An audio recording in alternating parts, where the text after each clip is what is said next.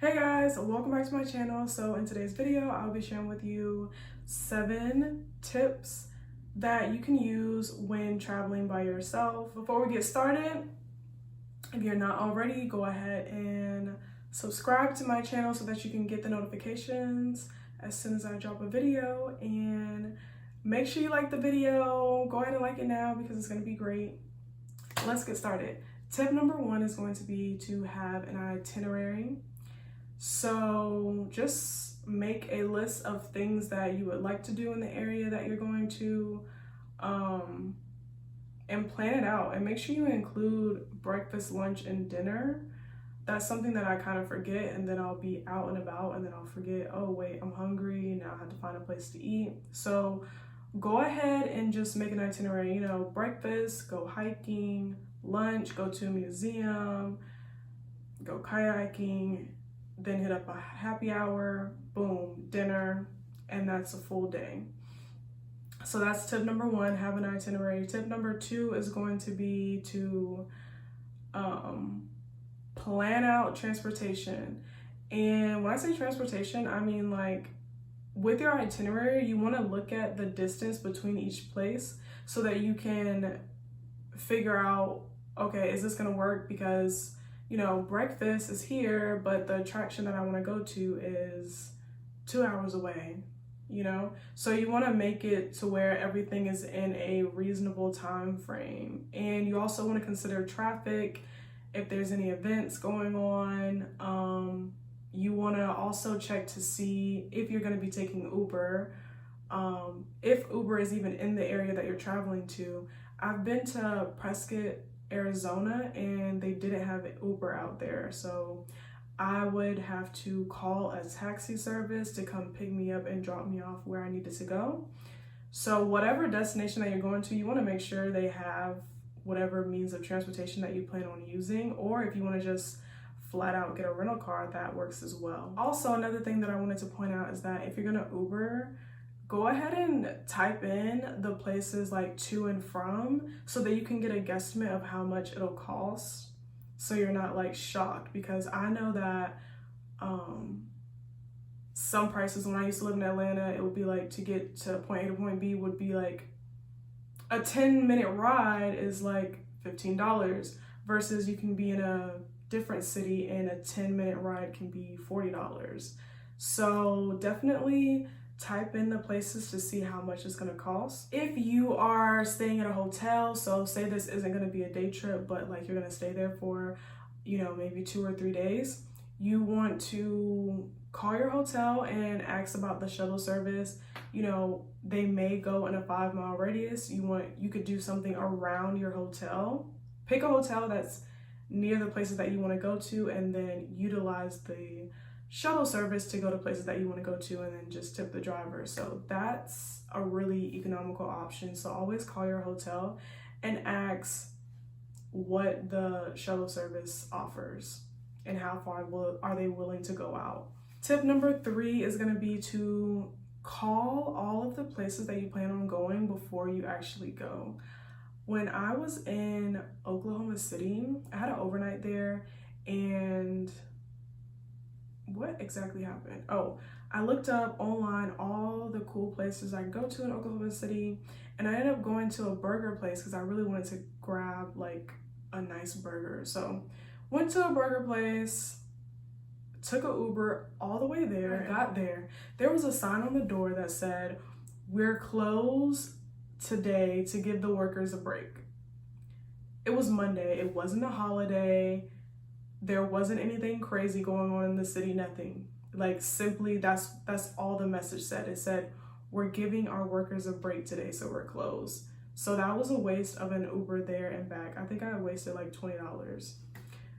I say all that to say, make sure you call, because you just never know. They may have closed randomly, at a random time. Plus, we're still in pandemic time, so what you see online could be different from what's actually going on in the store at the place that you're trying to go. So it's just best to call so you don't waste any money like I did, okay?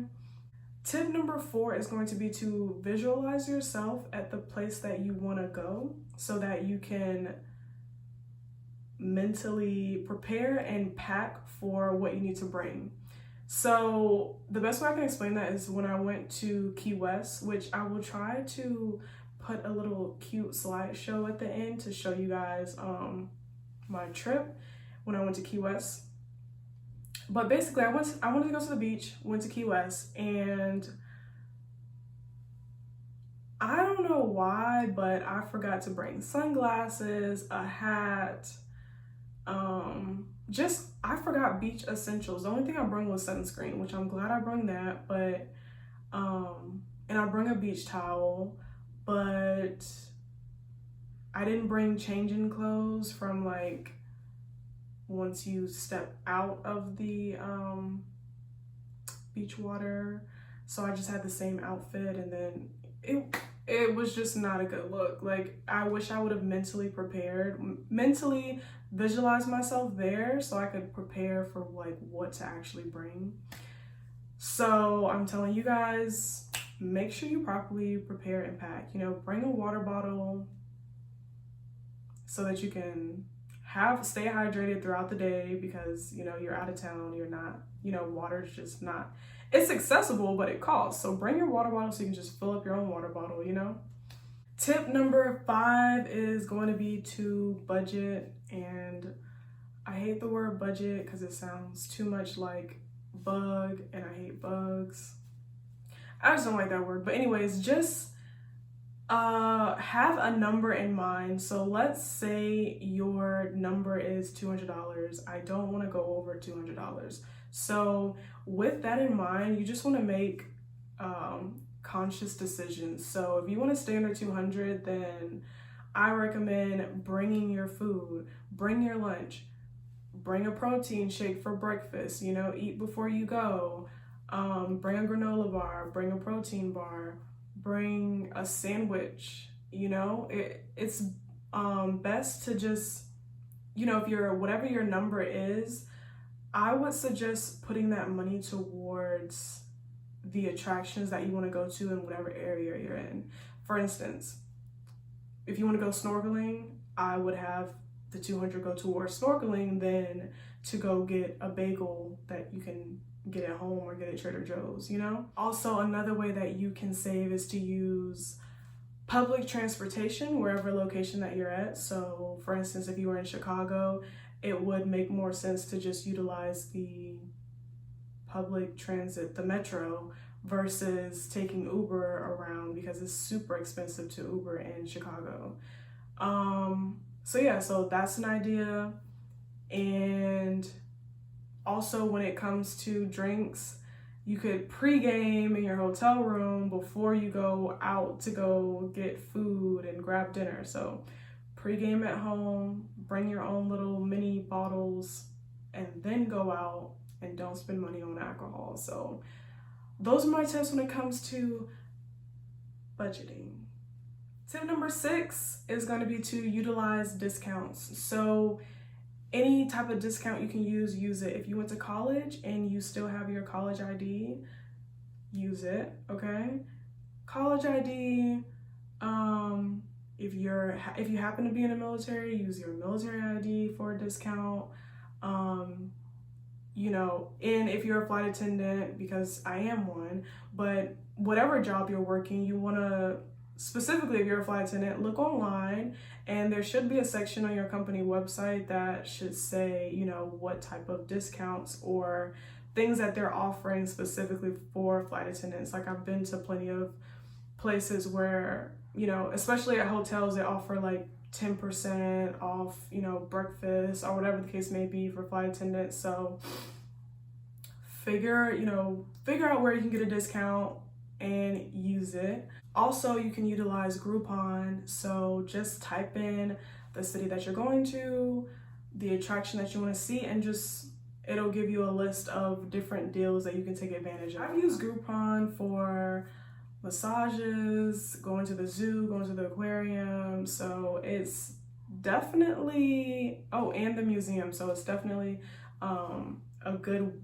website to use if you're looking for a good deal, especially in a city that you're unfamiliar with. Last but not least, tip number 7 is going to be to share your location with your friends, family member, you know, even if you just tell one person, just let someone know where you're going, you know, where you're going, where you're staying, when you'll be back, because, you know, anything can happen, and at least let someone know where you're going, you know, just be safe, you know, be safe, be cautious. I definitely don't recommend going to a new city and just winging it, because it's very obvious to tell who's a tourist and who's actually from the city, and you definitely don't want to get taken advantage of. So if you're not going to listen to any of these tips, at least listen to tip number 1, which is have an itinerary, because you just don't want to go walking around looking stranded and looking lost, because someone can definitely just,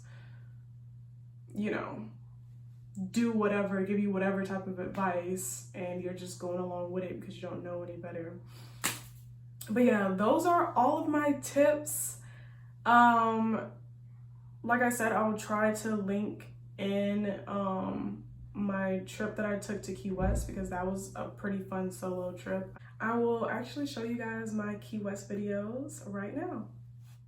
I took the first flight of the day and arrived in Key West around 10:30 a.m., headed straight to the beach and enjoyed myself there, followed by a nice little happy hour and lunch, and I took the 3:30 p.m. flight back.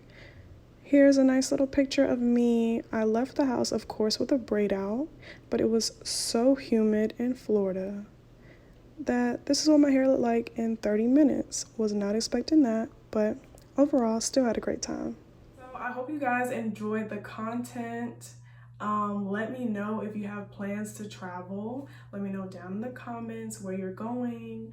If you have solo traveled, where did you go? Because I need some ideas. I'm definitely down to solo travel and go to different places and check them out. That's all I got for you guys. Hope you guys enjoyed the video, and talk to you guys in the next one. Bye.